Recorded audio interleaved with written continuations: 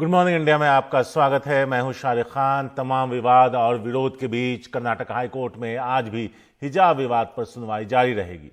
कल की सुनवाई में भी इस मुद्दे पर कोई फैसला नहीं हो सका और आज दोपहर 2:30 बजे फिर से सुनवाई शुरू होनी है।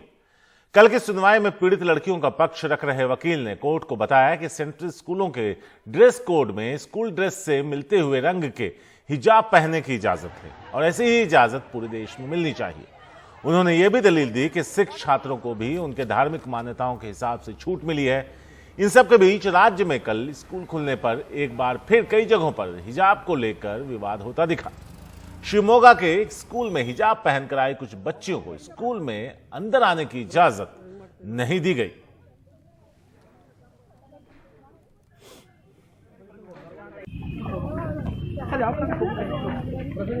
शिवमोगा के एक स्कूल से 13 छात्राएं लौट आई क्योंकि पहली बार उन्हें हिजाब के साथ क्लास में जाने से रोका गया।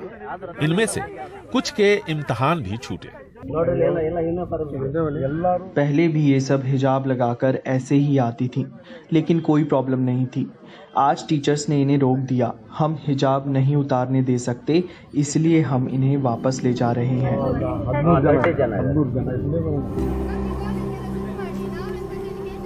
छात्राएं ही नहीं बल्कि शिक्षकों को भी स्कूल के बाहर ही हिजाब उतारना पड़ा। कोर्ट के आदेश से क्लासरूम के अंदर धार्मिक पहचान वाले कपड़ों पर रोक है। इधर कर्नाटक हाईकोर्ट में 3 जजों की बेंच में सुनवाई के दौरान हिजाब समर्थक पक्ष की तरफ से उनके वकील देवदत्त कामथ ने दलील दी कि केंद्रीय विद्यालयों के ड्रेस कोड में हिजाब शामिल है। सिख छात्रों को भी पगड़ी की इजाजत दी गई है। जिन लड़कियों का वो पक्ष रख रहे हैं वो प्री यूनिवर्सिटी कॉलेज की 2nd ईयर की छात्रा हैं और इससे पहले उन्हें हिजाब पहनने से किसी ने नहीं रोका था। कानूनी दांवपेच में उलझे हिजाब मामले पर फिलहाल कर्नाटक हाईकोर्ट में सुनवाई जारी है, लेकिन विवाद बढ़ता जा रहा है। हिजाब पर रोक की वजह से कुछ लड़कियां स्कूल से वापस लौट आई। सांप्रदायिक ध्रुवीकरण की कोशिश रंग लाती नजर आ रही है। बेंगलुरु से कैमरामैन कुमार के साथ निहाल किदवई, एनडीटीवी इंडिया। आज झारखंड के रांची की सीबीआई की विशेष अदालत में चारा घोटाला मामले में फैसला आ सकता है। इस मामले में आरजेडी अध्यक्ष और बीजेपी बिहार के पूर्व मुख्यमंत्री लालू प्रसाद यादव समेत 99 आरोपी। आज जिस मामले में फैसला आना है वो मामला रांची के डोरंडा कोषागार से किए गए गबन से जुड़ा है। यह पूरा घोटाला 950 करोड़ का है, जिसमें डोरंडा कोषागार से 139 करोड़ 35 लाख रुपए का गबन किया गया। अब तक झारखंड में जिन 5 मामलों में लालू प्रसाद यादव के खिलाफ सुनवाई हुई है उसमें यह एकमात्र मामला है जिसमें फैसला आना अभी बाकी है।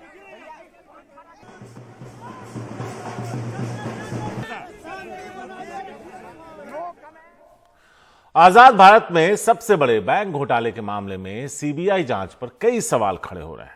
उधर एसबीआई भी सवालों के घेरे में है कि आखिर उसने कई साल बाद शिकायत क्यों की। यह घोटाला 22,842 करोड़ का है। 22,842 करोड़ के बैंक के घोटाले के मामले में शिकायत करने वाला स्टेट बैंक ऑफ इंडिया और केस दर्ज करने वाली सीबीआई दोनों ही सवालों के घेरे में हैं। मामला 2012 में ही सामने आ गया था, लेकिन एसबीआई ने पहली शिकायत 8 नवंबर 2019 को की। वहीं सीबीआई ने पहली शिकायत पर मार्च 2020 में एसबीआई से कुछ स्पष्टीकरण मांगे।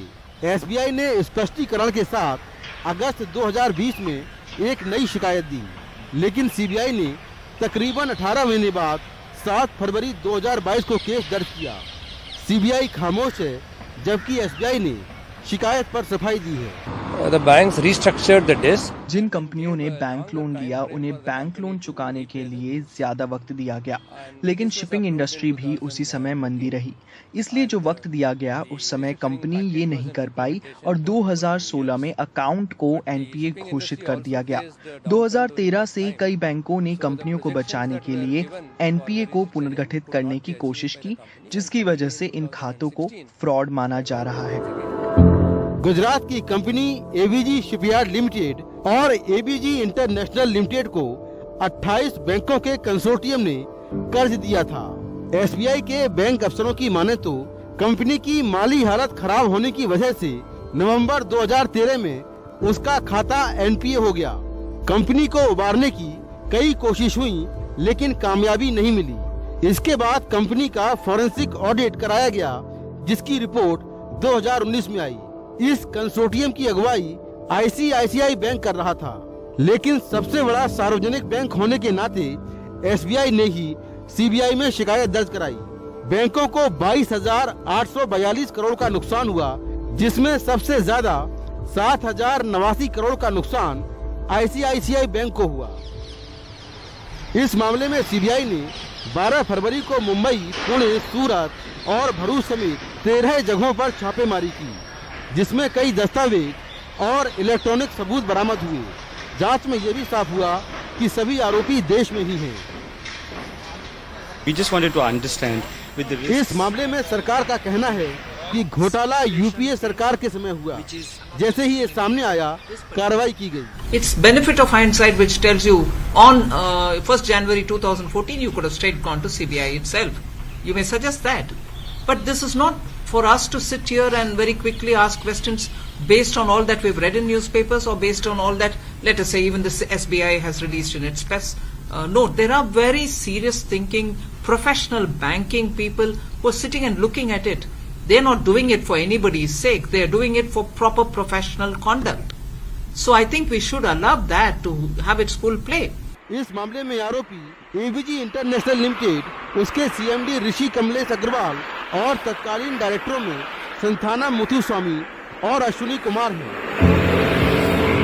कंपनी गुजरात के दहेज और सूरत में पानी के जहाज बनाने और उनकी मरम्मत करने का काम करती है। अब तक कंपनी 165 जहाज बना चुकी है। कुछ साल पहले पंजाब नेशनल बैंक में करीब 13,000 करोड़ रुपए का घोटाला हुआ था, जिसमें मुख्य आरोपी नीरव मोदी और मेहुल चौकसी हैं, जो कि देश के बाहर हैं और सरकार उनको अब तक भारत नहीं ला पाई है। ये घोटाला उससे दुगना है, लेकिन राहत की बात यह है कि इस मामले में सभी आरोपी देश में ही हैं। अब देखना होगा कि सरकार उनके खिलाफ किस तरह से कार्रवाई करती है। नई दिल्ली से Mukesh Singh, NDTV India. LIC के आईपीओ के खिलाफ निगम से जुड़े कर्मचारियों ने दिल्ली मुख्यालय पर विरोध प्रदर्शन किया। कर्मचारी यूनियन ने अब 28 और 29 मार्च को ट्रेड यूनियन की हड़ताल का समर्थन का ऐलान किया है। हमारे सहयोगी हिमांशु शेखर ने एआईआईईए के उपाध्यक्ष अनिल भटनागर से बात की। भारत सरकार ने एलआईसी का आईपीओ लाने की कवायद तेज कर दी है और सेबी के पास एक ड्राफ्ट मसौदा जो है आईपीओ का वो सबमिट किया गया है। मेरे साथ भटनागर सर हैं, अनिल भटनागर, जो ऑल इंडिया वाइस प्रेसिडेंट हैं इंश्योरेंस एम्प्लॉयज एसोसिएशन के। क्या विरोध है, आप कैसे देखते हैं इस प्रस्ताव को? ये प्रस्ताव life insurance corporation of India को प्राइवेटाइजेशन करने का स्टेप है। ये बड़ा स्पष्ट है, क्योंकि अल्टीमेटली सेबी की रिक्वायरमेंट के मुताबिक with in 3 years 25% share Bharat सरकार को मार्केट में लाने पड़ेंगे।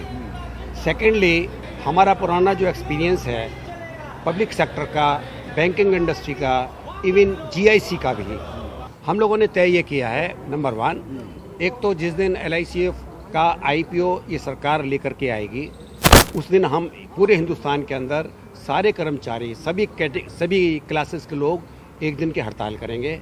पूरे हिंदुस्तान के मजदूर आंदोलन ने जो 2 दिन की हड़ताल 28 और 29 मार्च 2022 को जो हड़ताल की कॉल दी है, उस हड़ताल की कॉल के अंदर भी एलआईसी एम्प्लॉयज़ हमेशा उसमें पार्टिसिपेट करेंगे। अनुराग जी, 28 और 29 मार्च को जो आप ऑल इंडिया स्ट्राइक में भाग लेंगे, कितने कर्मचारी और अधिकारी हैं वो भाग लेंगे एलआईसी के? करीब 1.25 लाख कर्मचारी और अधिकारी और स्टाफ हमारा। इसके खाली एलआईसी एम्प्लॉयज़ की बात नहीं है, पूरे हिंदुस्तान के अंदर जो 10 सेंट्रल ट्रेड यूनियंस का आह्वान है 28-29 मार्च का, उसके अंदर हमारा जो इशू है आईपीओ को लेके और बाकी इश्यूज़ भी हैं, उनको लेके हमारी पूरी इंश्योरेंस सेक्टर पूरा इसके अंदर पार्टिसिपेट करेगा। हमसे बात करने के लिए शुक्रिया। तो एलआईसी हेडक्वार्टर से मेरे कैमरा सहयोगी अशोक महाले के साथ हिमांशु शेखर, एनडीटीवी इंडिया।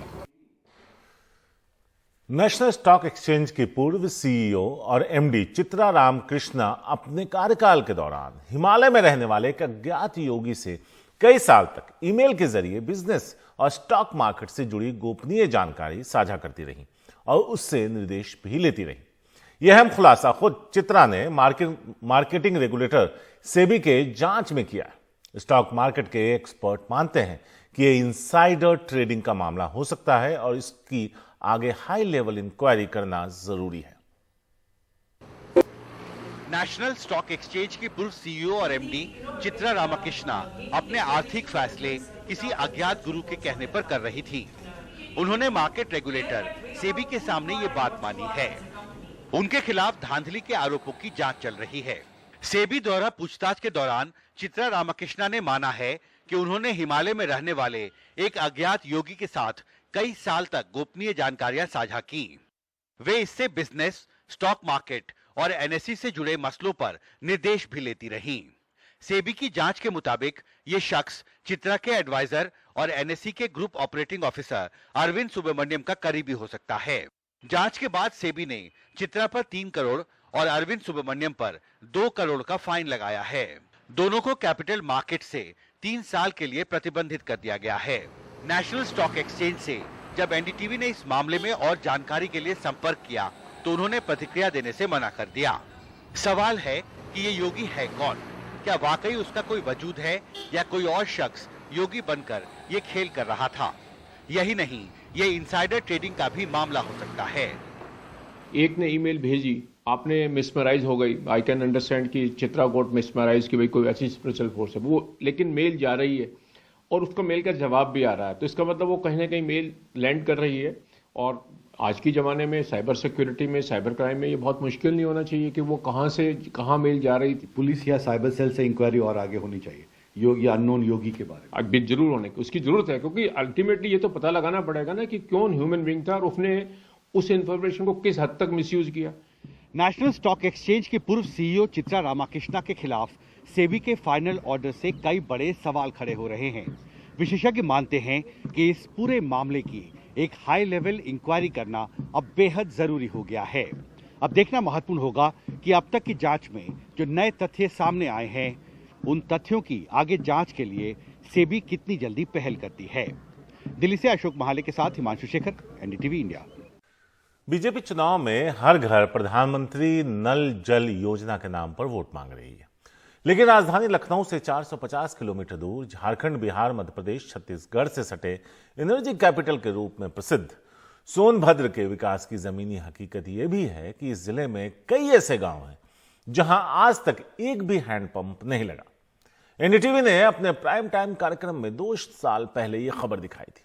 उसके बाद जिलाधिकारी ने तत्काल हैंडपंप लगाने का आदेश दिया, लेकिन 2 साल बीत जाने के बाद बोदराडाड गांव में आज तक हैंडपंप नहीं लगा। सोनभद्र जिले में ऐसे कई गांव हैं जहां पीने के पानी के लिए नदी, नाले का पानी का इस्तेमाल किया जाता है। एक रिपोर्ट।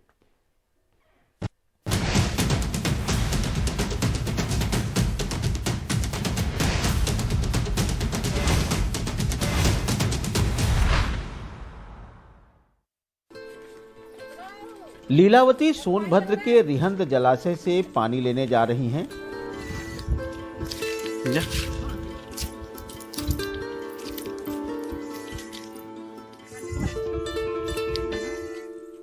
उन जैसी महिलाओं की ये रोजमर्रा की जिंदगी है। बोदराडाट गांव से 1 किलोमीटर दूर इस रिहंद जलाशय तक इन महिलाओं को दिन में 3 से 4 बार पानी भरने जाना पड़ता है। जब से शादी तो पानी की बहुत दिक्कत है यहाँ। इस गांव में पानी का कोई व्यवस्था नहीं है? कोई व्यवस्था नहीं है यहाँ पे। हैंडपंप ये सब कुछ भी नहीं है व्यवस्था यहाँ पे। कुआं है थोड़ा बहुत, तो पानी रहता है, फिर सूख जाता है, फिर एक बार सुबह आते हैं, फिर लेके जाते हैं पानी, दिन भर पानी भरते रहते हैं हम लोग। बोदराडाट गांव सोनभद्र के म्योरपुर एयरपोर्ट से बस 10 किलोमीटर दूर पडरी ग्राम पंचायत में है। यहाँ 150 परिवारों के कुल 500 लोग बसते हैं। गांव में एक हैंडपंप तक नहीं है। इसी गांव से सटे कमरी डाट गांव की आबादी 800 के करीब है। यहाँ के करीब 200 लोगों को रिहंद जलाशय का प्रदूषित पानी पीना पड़ता है। यही हाल सोनभद्र के दुद्धी ब्लॉक के जोरू खाड़ ग्राम सभा का है। यहाँ भी हैंडपंप नहीं है। वन विभाग कहता है कि पूरे गांव वन भूमि पर बसा है, इसलिए कोई सरकारी काम नहीं होगा। यहाँ के लोग भी पानी के लिए कई किलोमीटर जाते हैं। 500 लोगों की आबादी वाले सोननगर गांव की 45 वर्षीय लालती देवी नाले से पानी लाने के लिए 1 किलोमीटर मशक्कत करके जाती हैं। वो कई दफा इस बारे में विधायक और सांसद से हैंडपंप की गुहार लगा चुकी हैं, लेकिन कुछ हासिल नहीं हुआ। आज 20 बरस से हो गया, हम लोग पर कोई सरकार हम लोग पर ध्यान नहीं दे रहे हैं। हम लोग को पहले सबसे बड़ी पानी की समस्या है कि नदी नाले के हम लोग पानी पी रहे हैं, पहाड़ घाट चढ़कर सिर पर लेकर पानी पी रहे हैं। हम लोग के गंदा गंदा कभी मलिया ये सब नदी नाले जब आता है, बारिश जब होने लगता है तो उसी गंदे गंदा हम लोग पानी पीते हैं। और वो जब इलेक्शन आता है तो कहते हैं कि नहीं हम लोग के सब पूरे मिलकर जिताओ, वोट देओ और आप लोग के हेड पाइप गड़वा देंगे, रोड बनवा देंगे, हर कुछ बिजली लाइन सब कुछ दे देंगे, आप लोग के अधिकार भी दिलवा देंगे। लेकिन जीतने के बावजूद बिल्कुल हम लोग पर कोई ध्यान नहीं देता है। चुनाव के मौसम में नेता हाजिरी देने आए हैं, इनकी समस्या समझते भी हैं, भाषण में उस समस्या का ज्ञान भी देते हैं, लेकिन समाधान में सिर्फ आश्वासन मिलता है। ये डैम का पानी है जो जहरीला है, तो ऐसे पानी का पहले तो आप लोग इसका जो है कि उपयोग ना करें। अगर पानी का उपयोग करना है तो स्वच्छ पानी पीजिए। आज हमारे देश के यशस्वी प्रधानमंत्री नरेंद्र भाई मोदी जी ने आज बहुत बड़ा ये प्रोजेक्ट देने का काम किया है, जो स्वच्छ पेयजल आप लोग के घर तक, हर घर नल योजना के तहत जल मिलने का काम करेगा। लेकिन जब तक आप लोग को स्वच्छ पेयजल नहीं मिल पाए, स्वयं अपने आप में बचाव करेंगे।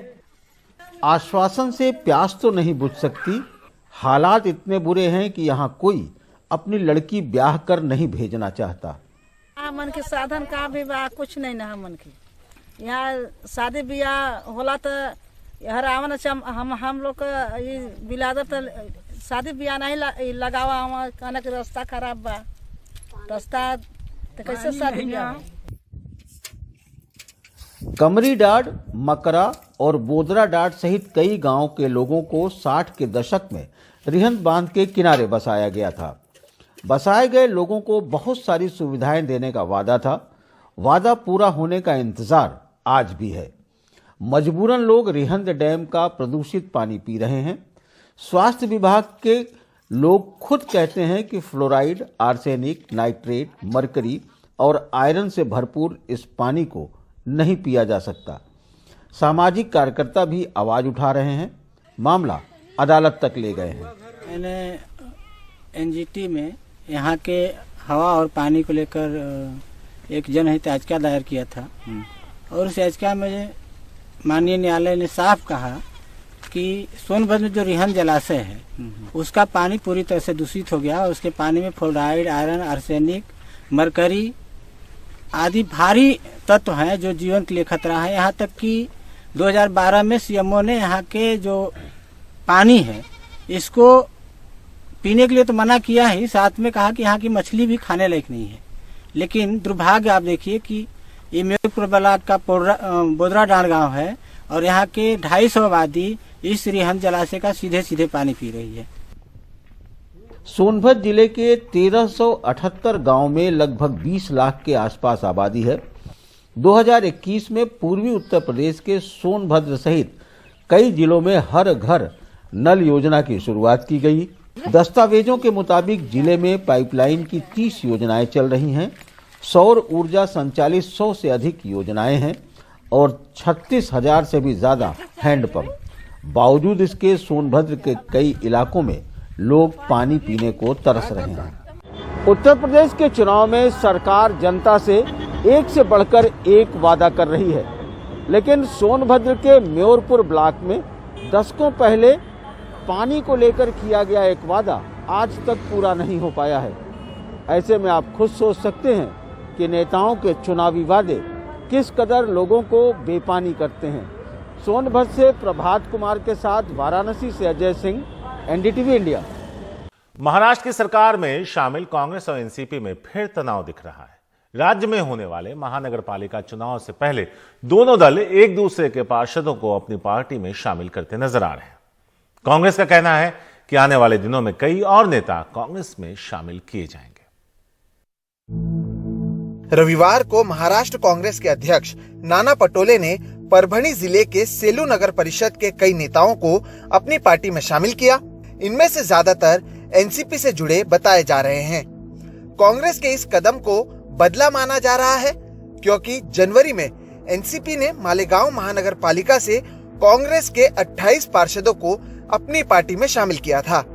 सबको अपनी अपनी पार्टी को डेवलप करने का अधिकार है और वो काम हम लोग कर रहे हैं, लेकिन जिस तरह से जो समन्वय होना चाहिए कि भाई किसके लोग लेना है कि नहीं लेना, लेकिन जो किया गया नहीं था लास्ट टाइम, तो हमने उसी समय कहा था कि भाई उनने शुरुआत की, हम जब शुरुआत करेंगे तो उनको पछताना पड़ेगा।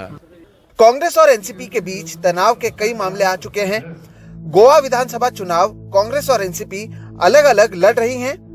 बीएमसी चुनाव में एनसीपी और शिवसेना साथ में चुनाव लड़ने की तैयारी कर रही है, जबकि कांग्रेस अलग से चुनाव लड़ने की तैयारी कर रही है।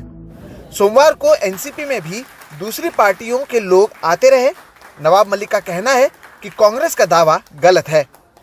बहुत सारे लोग हमारी पार्टी में शामिल हो रहे हैं। हो सकता है कि कुछ लोग हमारी पार्टी से कांग्रेस में जाते हो, लेकिन जो हमारी पार्टी में नहीं वो राष्ट्रवादी से कांग्रेस में गए, ये दावा ठीक नहीं। एनसीपी और कांग्रेस के बीच चल रहे विवाद पर बीजेपी ने महाराष्ट्र सरकार को घेरने की कोशिश की। केवल और केवल वसूली का हिस्सा अपने दल को मिले, क्या उसी के कारण ये तीनों दल सत्ता साझा कर रहे हैं? यह पूरी तरह से महाराष्ट्र की जनता के साथ ये धोखा है। आने वाले कुछ महीनों में होने वाले महानगर पालिका चुनावों से पहले सरकार के भीतर शामिल पार्टियों के बीच ही चल रही इस रस्साकशी का क्या महाविकास आघाड़ी पर असर पड़ेगा, ये देखना अहम होगा। मुंबई से प्रवीण जिरोहित के साथ सोहित मिश्रा, एनडीटीवी इंडिया। कम होते संक्रमण के बीच महाराष्ट्र की सरकार की डेथ ऑडिट कमेटी ने तीसरी लहर में कोविड से हुई मौतों के साथ ही रोगियों में वैक्सीन के प्रभाव पर एक एनालिसिस रिपोर्ट जारी की है। इसमें कई अहम जानकारियां वायरस के प्रभाव को समझाती हैं। जनवरी में आई कोविड की तीसरी लहर में भी सांसें थमी थी। बीते महीने महाराष्ट्र में 1052 मरीजों की मौत हुई है। महाराष्ट्र सरकार की डेथ ऑडिट कमेटी के एनालिसिस रिपोर्ट में खुलासा हुआ है कि कोविड संक्रमण के बाद सांस लेने में दिक्कत की वजह से 44% मौत हुई। हालांकि जिनकी मौत हुई उनमें 62% लोग ऐसे भी थे जिन्हें कोमॉर्बिडिटी यानी कि दूसरी बीमारियां भी थी। 58 लोग ऐसे थे जिन्हें शुरुआत में कोरोना का कोई भी लक्षण नहीं था, लेकिन 3 से 4 दिनों में उनकी हालत अचानक गंभीर हुई। हालांकि मौतें कोरोना के किस वेरिएंट से हुई हैं, डेल्टा या ओमिक्रॉन, इसका अध्ययन जारी है। कोरोना से होने वाली मौत का ऑडिट करने के लिए राज्य सरकार ने डेथ ऑडिट कमेटी का गठन किया। इस कमेटी के विश्लेषण में 8266 कोविड रोगियों के एक अध्ययन का भी उल्लेख किया गया है, जिसमें पाया गया कि लगभग 64% मरीज पूर्ण रूप से वैक्सीनेटेड थे और 36% रोगियों का टीकाकरण बिल्कुल नहीं या आंशिक रूप से हुआ था। टीका ले चुके ऐसे मरीजों में 48% होम आइसोलेशन में ठीक हुए, 16% को अस्पताल में भर्ती होना पड़ा और मौतें 0.48% रही।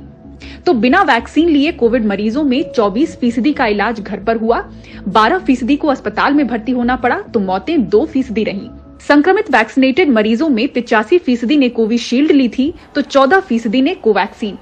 कोविशील्ड वैक्सीन लेने वालों की संख्या कोवैक्सीन की तुलना में कहीं ज्यादा है, इसलिए इस वैक्सीन को लेने वालों में संक्रमण का आंकड़ा भी ज्यादा मालूम पड़ता है।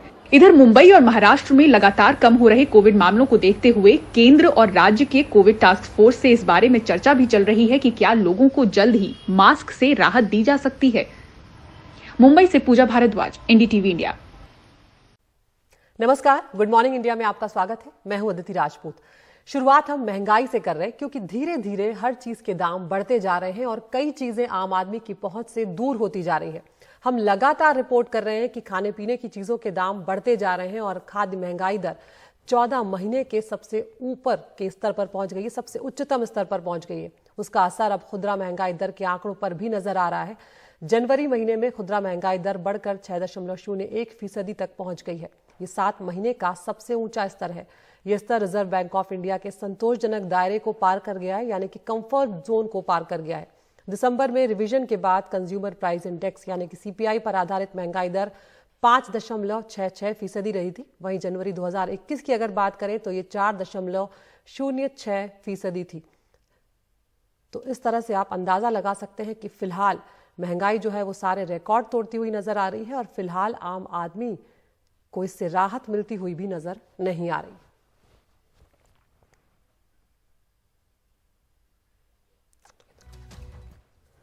तो लेकिन क्या सरकार पर इस पर ध्यान दे रही है? क्यों 5 राज्यों में चुनाव आ रहे हैं? क्या जनता के लिए मुद्दा है कि नहीं है? ये एक बड़ी बात है। देश में एक और खाद्य महंगाई दर 14 महीने के स्तर पर है, तो दूसरी तरफ हम देख रहे हैं कि 7 महीने की उच्चतम स्तर पर खाद्य महंगाई दर पहुंच गई है, खुदरा महंगाई दर जो है वो पहुंच गई है। लेकिन क्या चुनाव में ये मुद्दा है? क्या लोग इसको मुद्दा समझकर वोट डाल रहे हैं? ये एक बड़ा सवाल है। लखीमपुर खीरी में चौथे चरण में मतदान होना है। लगातार बढ़ती महंगाई पर हमारे सहयोगी आलोक पांडे और राजेश गुप्ता ने बात की है लखीमपुर की जनता से। सुनते हैं उनका क्या कुछ कहना है। आज सुबह के अखबारों में महंगाई के ऊपर जो खबरें छपी हैं वो चिंताजनक है। ऐसा कहा जा रहा है कि जो रिटेल और जो फूड इन्फ्लेशन है वो 6 महीने के हाई पे है। ये चिंता की बात है। हम लखीमपुर में है, चुनाव कवर कर रहे हैं, तो हमने सोचा कि यहाँ जो सबसे फेमस खस्ता भंडार है, जहाँ सुबह सुबह काफ़ी भीड़ होती है, वहाँ जाएँ और कुछ लोगों से हम बात भी करें और ये जानें कि उनका क्या ओपिनियन है महंगाई के ऊपर और इस मुद्दे से एक चुनावी मुद्दे के ऊपर देखते। तो ये मैं आपको पहले दिखाना चाहूँगा। ये लवली खस्ता भंडार है। यहाँ पे आप देख सकते हैं खस्ते मिल रहे हैं और खस्ते के अलावा जो आलू की सब्ज़ी है, वड़े हैं, ये सारी चीज़ें यहाँ मिलती हैं। तो हम इन लोग का ओपिनियन ज़रूर जानना चाहेंगे कि ये इस पूरे मुद्दे के ऊपर क्या सोचते हैं। ये बताइए कि ये कितने साल से आप चला रहे हैं? ये हमको हो गए करीबन 19-20 साल। 19-20 साल। आपका नाम क्या है? राकेश। राकेश, ये बताइए क्या क्या एक बार दिखा दीजिए राकेश जी, क्या क्या दिखा? ये खस्ते हैं। हाँ, खस्ते हैं। और ये जो होती है कचौड़ी, हाँ, लंबी वाली, और पूड़ी रखते हैं, हाँ, दाल भरी हुई, हाँ, बड़ा भी देते हैं। तो ये बताइए कि किस किस दाम पे दे रहे हैं आजकल आप? खस्ता 15 रुपए का, कचौड़ी 15 की 2, पूड़ी 15 की 2। पूड़ी 15 की 2, खस्ता भी 15 रुपए का एक पीस 15 रुपए का। तो ये बताइए कि दाम पिछले कुछ दिनों में आपने बढ़ाए हैं कि उतने ही रखे हैं राकेश? नहीं, इधर तो हमने नहीं बढ़ाए हैं। हाँ, लास्ट कब बढ़ाए? लॉकडाउन के बाद। लॉकडाउन के बाद बढ़ाए थे। लॉकडाउन से पहले कितने का बेच रहे थे आप? उससे पहले हमारा ये चलता था 12 रुपये का। 12 रुपये का, तो 3 रुपये आपने बढ़ाया। ये बताइए महंगाई, बहुत लोग ऐसा कह रहे हैं कि महंगाई बढ़ी है और महंगाई की मार आप जैसे लोग जो स्टॉल्स चलाते हैं या रेडिया चलाते हैं उनको पड़ी है। आप सहमत हैं इस बात से कि नहीं? हाँ, प्राइस बढ़े हैं, अन्न पे बढ़े हैं, जैसे तेल वगैरह है उस पे बढ़े, दुगने से ज़्यादा वो हुआ है। तो जितने भी छोटे दुकानदार हैं सब पे पड़ा है जी। तो इसका दोष आप किसको देते हैं? बहुत लोग जो विपक्ष में हैं वो सरकार को इसका दोष देते हैं। ये सरकार के नहीं, ये एक नीति नहीं बना पा रहे, मतलब व्यापार में ये नहीं पकड़ बना पा रहे। क्या समाधान है इसका आपके हिसाब से? इसका तो हम नहीं बता सकते। कोई बात नहीं, चलिए हम थोड़ा सा we'll just go to this side also and speak to all of these people. आपका नाम क्या है सर? जी सुनील सर। सुनील जी, ये बताइए कि आज मैंने अखबार में सुबह से पढ़ा, इसीलिए मैं आया यहाँ, कि जो होलसेल इन्फ्लेशन है और जो रिटेल इन्फ्लेशन है, रिटेल इन्फ्लेशन और खाने का इन्फ्लेशन जो है वो 6 महीने के हाई पे है, 6 महीने में सबसे ज़्यादा है। एज वोटर्स इन लखीमपुर और यहाँ के नागरिक होने के नाते क्या आपको लगता है कि महंगाई इस चुनाव में एक मुद्दा है? जी, महंगाई क्या है, जो अब महंगाई बढ़ी भी रही है, हर चीज़ तेल वेल सब महंगा हो गया, तो आदमी 5 रुपये में कहाँ 6 रुपये में खिला पाएगा, 15 रुपये में 2 देते हैं। सही है, ऐसे आइटम इनका एक नंबर का है। लेकिन आपकी व्यक्तिगत ज़िंदगी में क्या महंगाई एक मुद्दा है चुनाव का? जी, महंगाई तो है ही सर, क्या जाए, हर चीज़ महंगी है, कोई भी सस्ती नहीं चीज़ है। जो 5 रुपये थी वो 8 रुपये की हो चुकी है वो, तो महंगाई तो है ही है सर जी। सर आप का क्या नाम है? अरे बता दीजिए, क्या नाम है? रवि गोस्वामी। रवि जी, आपके हिसाब से महंगाई कितना बड़ा मुद्दा है इस चुनाव में? महंगाई बहुत बड़ा मुद्दा है, क्योंकि सरकार जो आई थी बीजेपी की वो महंगाई के मुद्दे पे आई थी, तो महंगाई तो नंबर 1 का मुद्दा रहेगा ही रहेगा यहाँ पे।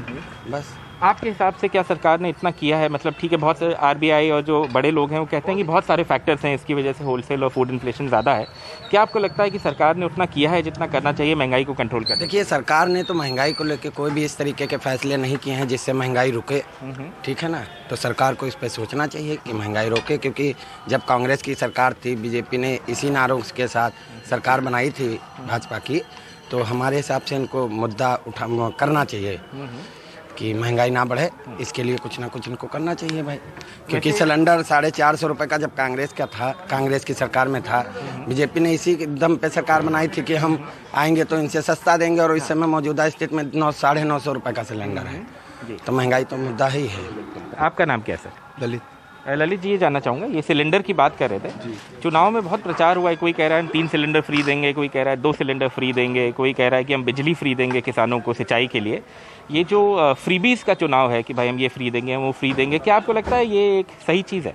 जी बिल्कुल सही चीज़ है। ये हमारी जनता की बेवकूफ़ी है कि हम लोग सही से टैक्स नहीं भरते हैं।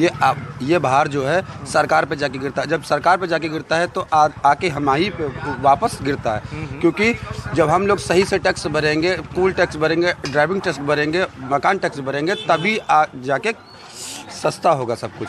कुछ लोग ये भी कहेंगे सर कि जैसे जो टैक्स जिसके ऊपर लग रहा है वही अगर ज़्यादा टैक्स देता रहेगा तो फिर उसी के ऊपर भार बढ़ता रहेगा, और मतलब ये भी तो एक लाइन ऑफ थॉट हो सकती है। जी, मेरा कहना है कि ये कि अगर सही से टैक्स सारे जमा होंगे तो और इंसान को ना कोई तकलीफ होगी, ना महंगाई होगी इतनी, और सबके लिए सुरक्षा होगी। आपके हिसाब से बीजेपी सरकार ने, यहाँ आदित्यनाथ जी की सरकार ने महंगाई जैसे मुद्दों पे काम किया है या नहीं?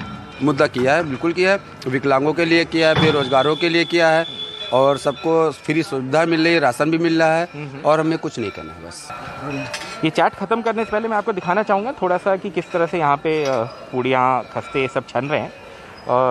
एक मंदिर है यहाँ पे बहुत फेमस, उसके पीछे ये दुकान है, और काफ़ी लोग यहाँ सुबह सुबह आते हैं, और यही एक मौका होता है कि हम लोग भी आके यहाँ जो ओपिनियंस हैं उसको ले पाएँ। और यहाँ लोगों का डाइवर्स ओपिनियन है। कुछ लोगों को लगता है कि महंगाई बढ़ी है, कुछ लोगों को लगता है कि सरकार इतना कर रही है कि महंगाई कंट्रोल में रहे, या कम से कम कोशिश कर रही है। तो ये एक अच्छी चीज़ है, ये जान के कि लोग खुल के अपनी बातों को रख रहे हैं। अब ये देखने वाली बात होगी कि क्या महंगाई एक बड़ा मुद्दा बन पाता है इस चुनाव में कि नहीं। 2 फेजेस हो चुके हैं, 5 फेज अभी इस चुनाव के बाद में। कैमरा पर्सन राजेश गुप्ता के साथ आलोक पांडे, एनडीटीवी इंडिया।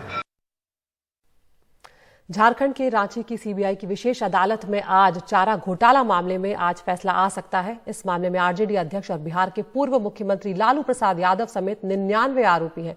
जिस मामले में फैसला आना है वो मामला रांची के डोरंडा कोषागार से किए गए गबन से जुड़ा हुआ है। ये पूरा घोटाला 950 करोड़ का है, जिसमें डोरंडा कोषागार से 139 करोड़ 35 लाख रुपए का गबन किया गया। अब तक झारखंड में जिन 5 मामलों में लालू प्रसाद यादव के खिलाफ सुनवाई हुई है, उसमें से ये एकमात्र मामला है जिसमें अब फैसला आना बाकी है।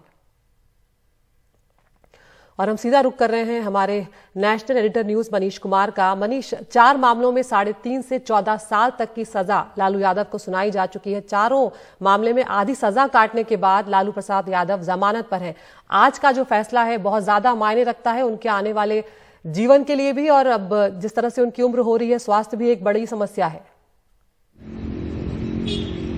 देखिए, निश्चित रूप से लालू यादव का स्वास्थ्य न केवल उनके समर्थकों के लिए बल्कि उनके परिवार वालों के लिए भी चिंता का विषय बना हुआ है। जहां तक आज का फैसला है, निश्चित रूप से ये रांची में या कहिए झारखंड में जो 5 मामले उनके खिलाफ चल रहे थे, ये अंतिम मामला है। अब तक 4 मामलों में उन्हें सजा सुनाई गई है। उन्हें पहले दोषी करार दिया गया, उसके बाद सजा सुनाई गई।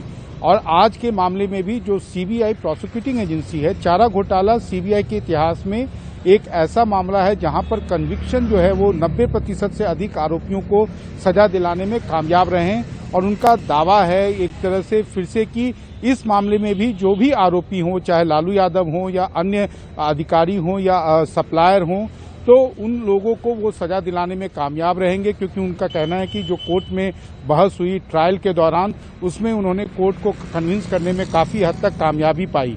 और यही कारण है कि लग रहा है कि आज शायद ही किसी आरोपी को इस मामले में राहत मिले। लेकिन जो क्वांटम ऑफ पनिशमेंट है अदिति, वो आज नहीं होगा, वो आने वाले 1-2 दिनों के अंदर उसके ऊपर में बहस होने के बाद, सभी आरोपियों के द्वारा बहस के बाद कोर्ट अपना फैसला सुनाएगा।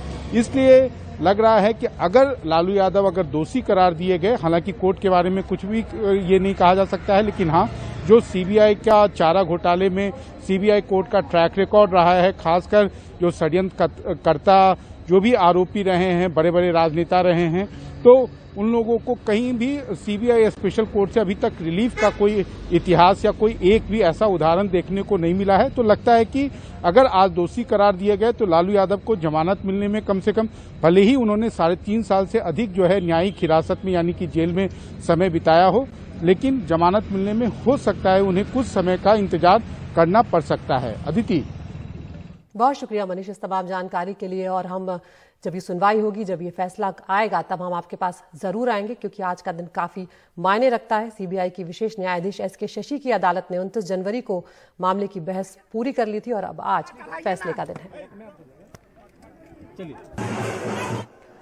आगे बढ़ते हैं, उत्तर प्रदेश का रुख करते हैं, जहां पर बाहुबली विधायक मुख्तार अंसारी इस बार चुनाव नहीं लड़ेंगे। उनकी मऊ सीट पर उनके बेटे अब्बास अंसारी चुनाव मैदान में उतरे हैं। यहां 7वें चरण में मतदान होना है। इसके लिए कल मुख्तार अंसारी के बेटे अब्बास ने नामांकन भी दाखिल कर दिया है। वो समाजवादी पार्टी की सहयोगी सुहेल देव भारतीय समाज पार्टी के उम्मीदवार हैं। नामांकन के बाद अब्बास अंसारी ने कहा कि मऊ से उनका लगाव है और अब ये उनकी कर्मभूमि है और यहाँ की जनता उनके साथ है। आज आपने पर्चा दाखिल किया, आपने नामांकन किया है आज? 2 सेट। किस पार्टी से किया? सुहेल भारतीय समाज पार्टी, समाजवादी गठबंधन। किसके नाम नामांकन हुआ है? हमारे नाम। पिताजी का नामांकन होगा? बाप और बेटे में क्या फर्क है? मऊ मेरी जन्मभूमि थी, अब कर्म भूमि भी है।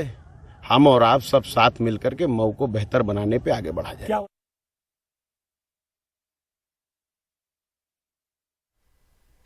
और हम सीधा रुख कर रहे हैं हमारे सहयोगी सौरभ शुक्ला का। सौरभ, मुख्तार अंसारी चुनाव नहीं लड़ रहे हैं इस बार। अपने आने वाली जो पीढ़ी है उसको उन्होंने मैदान में अब उतार दिया है, अब्बास अंसारी को, और वो ये कह रहे हैं कि बेटे और पिता में क्या फर्क है? कोई फर्क नहीं है। लेकिन क्या जनता जो है वो भी ऐसा मान रही है? क्या अब्बास अंसारी की स्थिति ठीक ठाक नजर आ रही है मैदान पर? देखिए, अभी अब्बास अंसारी को सुहेल देव राजभर पार्टी ने यानी यूपी राजभर ने टिकट दिया है। सपा से गठबंधन है। वो इस वक्त एक प्रेस कॉन्फ्रेंस भी कर रहे हैं। ओपी राजभर हम उनके घर पे मौजूद हैं। चर्चा थी कि मुख्तार अंसारी को टिकट दिया जाएगा और उनको यहां तक कि जेल में फॉर्म बी भी दे दिया गया था और परमिशन भी मांग ली गई थी न्यायालय से नामांकन की। बाकायदे RT-PCR टेस्ट हो गया था। लेकिन तमाम चर्चाओं के बाद ये तय हुआ कि उनके बेटे को टिकट दिया जाएगा, अब्बास अंसारी। मुख्तार अंसारी अभी मऊ सदर से विधायक हैं बसपा के टिकट से, लेकिन चर्चा यही हुई कि अगर मुख्तार अंसारी को टिकट दिया जाएगा तो तमाम जो बीजेपी आरोप लगा रही है समाजवादी पार्टी और गठबंधन पर कि वो गुंडों की पार्टी है, माफियाओं को टिकट देती है, तो एक और बड़ा मौका मिल जाएगा। यही वजह है, काफी सोच विचार के बाद अब्बास अंसारी को ये टिकट दिया गया है। अब्बास अंसारी पिछले बार भी 2017 में घोषी से चुनाव लड़े थे और इनको बीजेपी के प्रत्याशी ने हरा दिया था। काफी क्लोज फाइट थी, 6 से 7 हजार वोटों का ये अंतर रहा था। अब्बास अंसारी को टिकट इसीलिए दिया गया है क्योंकि वो मुख्तार अंसारी के बेटे हैं। मऊ सदर एक परंपरागत सीट रही है मुख्तार अंसारी की। हो सकता है कि अब्बास अंसारी यहां से अच्छा लड़े और जीत भी जाएं, लेकिन इसके राजनीतिक मायने भी निकाले जाएंगे। अब्बास अंसारी पर भी एक मुकदमा है। मुख्तार अंसारी हम सब जानते हैं 15 साल से जेल में है। पंजाब से उनको मऊ बांदा जेल लाया गया, वो बांदा जेल में बंद है, उनके ऊपर तमाम मुकदमे हैं। अब्बास अंसारी चुनाव लड़ रहे हैं, लेकिन उनको टिकट इसीलिए दिया गया है कि मुख्तार अंसारी के बेटे हैं, क्योंकि मुख्तार अंसारी को नहीं दिया जा सका। तो ऐसा नहीं है कि अब्बास अंसारी को टिकट देकर के समाजवादी पार्टी और गठबंधन दल निकल जाएंगे। सपा ने टिकट नहीं दिया। सपा ने अपना सेफ खेलते हुए ये बोल दी समाजवादी पार्टी की, देखिए हमने तो गठबंधन में ये सीट ओपी राजभर को दे दी थी, ये ओपी राजभर का फैसला है कि ओपी राजभर किसको टिकट देते हैं। हम थोड़ी देर में ओपी राजभर से भी इस बारे में बात करेंगे, वो यहाँ प्रेस कॉन्फ्रेंस कर रहे हैं। लेकिन सबसे बड़ा सवाल यही है अदिति कि जब अखिलेश यादव अपना डू एंड डाई इलेक्शन लड़ रहे हैं, ऐसे में अब्बास अंसारी को टिकट दिया गया है क्योंकि वो मुख्तार अंसारी के बेटे हैं।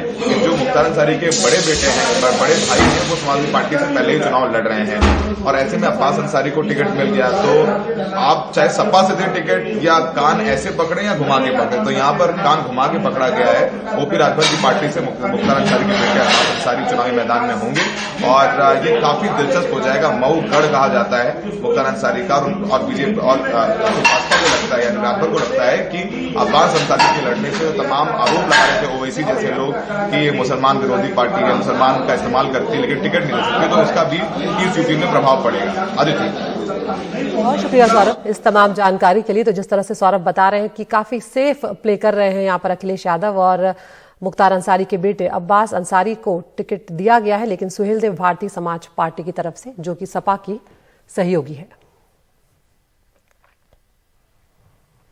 उत्तर प्रदेश चुनाव में समाजवादी पार्टी ने लखनऊ रेंज की आईजी लक्ष्मी सिंह के खिलाफ शिकायत की है। सपा ने उनके तबादले की भी मांग की है। उन्होंने आरोप लगाया है सपा की तरफ से ये कि लक्ष्मी सिंह लोगों पर दबाव डाल रही है कि वो उनके पति राजेश्वर सिंह के लिए वोट डालें। राजेश्वर सिंह बीजेपी के टिकट पर लखनऊ के सरोजनी नगर से चुनाव लड़ रहे हैं। राजेश्वर सिंह एक पूर्व ईडी अधिकारी है। समाजवादी पार्टी का ये आरोप है कि आईजी लक्ष्मी सिंह के खिलाफ 7 और 11 तारीख को शिकायत की गई, लेकिन अब तक कोई कार्रवाई इस मामले में नहीं हुई है। कल प्रधानमंत्री नरेंद्र मोदी पंजाब के जालंधर में चुनावी रैली कर रहे थे, लेकिन इस दौरान सुरक्षा वजहों को बताकर राज्य के मुख्यमंत्री चरणजीत सिंह चन्नी के हेलीकॉप्टर को 2 बार उड़ान भरने की इजाजत नहीं दी गई। उड़ान की इजाजत नहीं मिलने से बिफरे चन्नी ने कहा कि मैं राज्य का मुख्यमंत्री हूं, कोई आतंकी नहीं हूं। चन्नी ने जानबूझकर उनके समय को बर्बाद करने का आरोप लगाया। चन्नी ने कहा कि अचानक उड़ान की इजाजत रद्द करने की वजह से वो राहुल गांधी की रैली जो कि होशियारपुर में थी उसमें शामिल नहीं हो सके। इधर जालंधर में प्रधानमंत्री मोदी ने एक बार फिर चन्नी सरकार पर आरोप लगाते हुए कहा कि जालंधर में देवी दर्शन करना चाहता था, लेकिन पुलिस प्रशासन ने मुझे हेलीकॉप्टर से वापस जाने को कहा। आपको बता दें कि इससे पहले पंजाब के फाजिलका दौरे पर प्रधानमंत्री आए थे और उस वक्त सड़क पर किसानों के अवरोध की वजह से बिना रैली किए उन्हें लौटना पड़ा था। और इस घटना के बाद से ही चन्नी बीजेपी के लगातार निशाने पर है। इसे प्रधानमंत्री की सुरक्षा में सेंध की बात कही गई और राज्य सरकार पर कोताही का आरोप लगाया गया था। ਇਹਨਾਂ ਨੂੰ ਇਹ ਕਹਿਣਾ ਚਾਹੁੰਦਾ ਕਿ ਚਰਨਜੀਤ ਚੰਨੀ ਮੁੱਖ ਮੰਤਰੀ ਹੈ, ਕੋਈ ਅੱਤਵਾਦੀ ਨਹੀਂ ਹੈ ਜਿਹੜਾ ਤੁਸੀਂ ਇਹਨੂੰ ਪੰਜਾਬ ਦੇ ਵਿੱਚ ਆਉਣ ਤੋਂ ਅੱਜ ਹੁਸ਼ਿਆਰਪੁਰ ਜਾਣ ਤੋਂ ਰੋਕਿਆ। ਸਾਡੀ ਉੱਥੇ ਰੈਲੀ ਸੀ ਤੇ ਤੁਸੀਂ ਰੋਕ ਕੇ ਬੈਠ ਗਏ। ਇਹ ਕੋਈ ਤਰੀਕਾ ਨਹੀਂ ਹੈ। ਫੇਅਰ ਇਲੈਕਸ਼ਨ ਕਰੋ, ਬਿਨਾਂ ਮਤਲਬ ਤੇ ਇਹ ਜਿਹੜੇ ਦਬਕੇ ਹੈ ਔਰ ਜਿਹੜੇ ਤੁਹਾਡੀਆਂ ਏਜੰਸੀਆਂ ਤੰਗ ਕਰ ਰਹੀਆਂ ਇਹ ਚੱਲਣਾ ਨਹੀਂ ਹੈ।